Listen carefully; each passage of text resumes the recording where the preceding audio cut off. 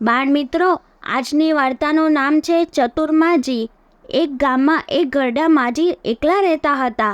એમને સંતાનમાં એકમાત્ર દીકરી હતી જે પરણેલી હતી અને પાસેના ગામમાં રહેતી હતી. એક દિવસ માજીએ એની દીકરીને મળવા જવાનું નક્કી કર્યું. એ ગામમાં જવા માટે એક જંગલમાંથી પસાર થવું પડતું હતું. માજી જંગલમાંથી જઈ રહ્યા હતા ત્યાં એક સિંહ આવ્યો અને માજીને કહેવા લાગ્યો કે એ ઘણો જ ભૂખ્યો છે એટલે તેને ખાઈ જશે. માજી ઘણા ચતુર હતા. તેમણે સિંહને મૂર્ખ બનાવવાનો રસ્તો વિચાર્યો. માજીએ સિંહને કહ્યું, હું તો ઘણી ઘરડી છું, ઘણી દુબળી પાતળી છું. તું મને ખાઈશ તો તને શું મળશે? પહેલાં મને મારી દીકરીને ઘરે જવા દે, સારું સારું ખાવા દે, તાજી તંદુરસ્ત થવા દે, પછી મને ખાજે. સિંહે વિચાર્યું કે માજીની વાત સાચી છે. આવા દુબળા પાતળા માજીને અત્યારે ખાશે તો એને કશું નહીં મળે, માત્ર હાડકાં જ ખાવા મળશે.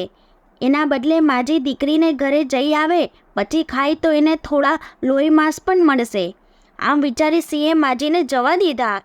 રસ્તામાં માજીને વાઘ અને રીંછ પણ મળ્યા. એમને આ જ યુક્તિ વાપરીને બંનેને મૂર્ખ બનાવ્યા.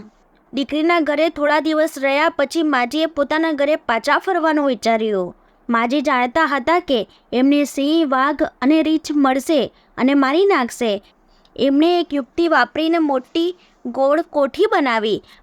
માજી કોઠીમાં બેસી ગયા અને કોઠીને અંદરથી ગબડાવતા જવા લાગ્યા.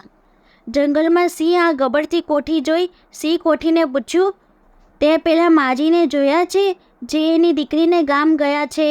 ચતુર માજીએ અવાજ બદલીને કોઠીની અંદરથી જવાબ આપ્યો, કઈ માજી, કયું ગામ? ચાલ કોઠી આપણે ગામ. આમ કહી એમણે કોઠીને અંદરથી ધક્કા મારીને ગબડાવવા માંડી. સિંહ આવી પોતાની મેળે જ ગબડતી કોઠી જોઈને ગભરાઈ ગયો અને રસ્તામાંથી જ ખસી ગયો. આવી જ રીતે વાઘ અને રીંછ પણ ગભરાઈને ભાગી ગયા. ચતુર માજી સહી સલામત પોતાના ઘરે પહોંચી ગયા. આ વિડીયોને લાઈક કરો, શેર કરો અને ચેનલને સબસ્ક્રાઈબ કરો.